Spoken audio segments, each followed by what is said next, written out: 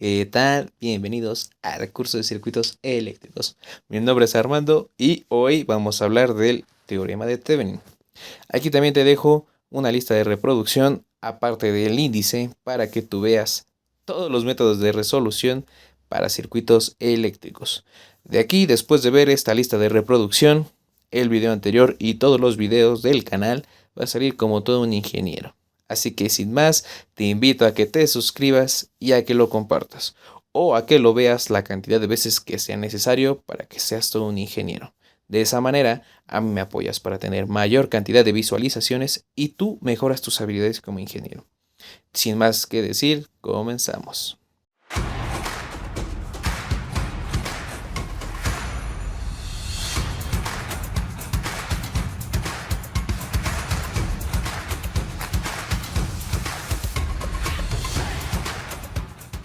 Y bueno, para el teorema de Thevenin, se establece que si una parte del circuito eléctrico lineal está comprendida entre dos terminales, es decir, una terminal A y una terminal B, esta parte en cuestión puede sustituirse por un circuito equivalente, que esté constituido únicamente por un generador de tensión en serie con una resistencia.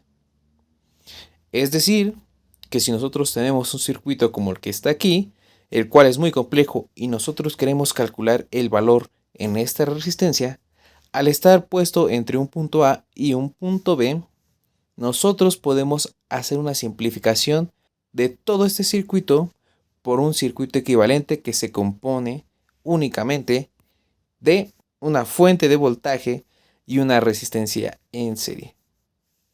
Calculando los voltajes en este punto y en este punto para después encontrar ese valor. Pero bueno, vamos a hacer un ejemplo, un ejercicio para que se entienda. Y bueno, nos dice que hay que calcular el voltaje de la resistencia 2. Lo primero que tenemos que hacer es extraer esa resistencia 2 y dejar todo el circuito.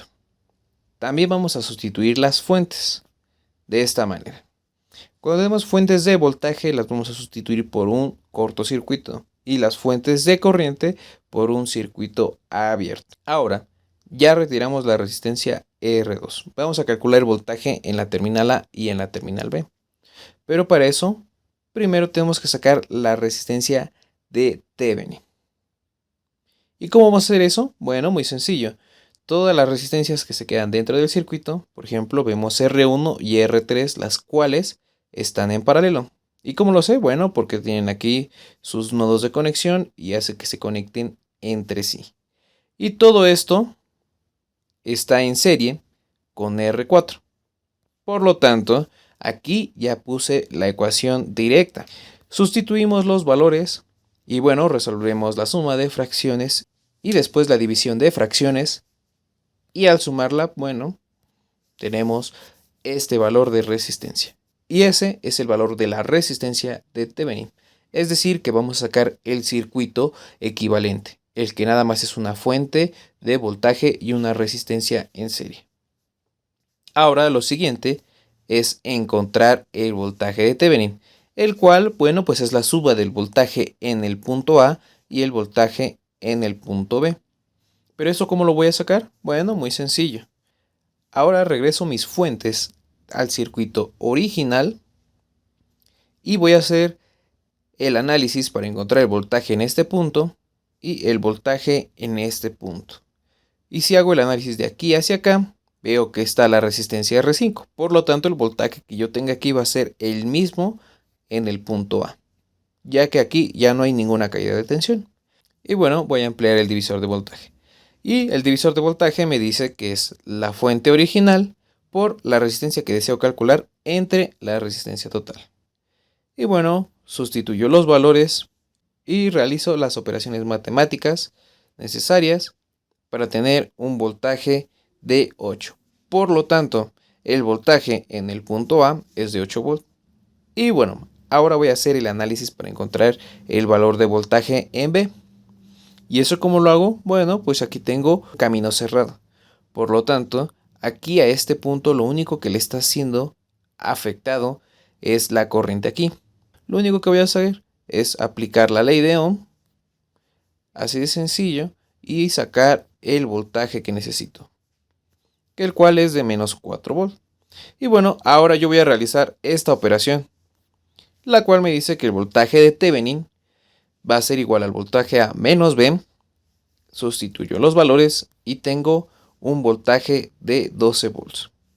¿Por qué me dio 12 volts? Bueno, por leyes de los signos, menos por menos me da más. Así de sencillo. Y ahora yo ya tengo la resistencia de Thevenin y el voltaje de Thevenin.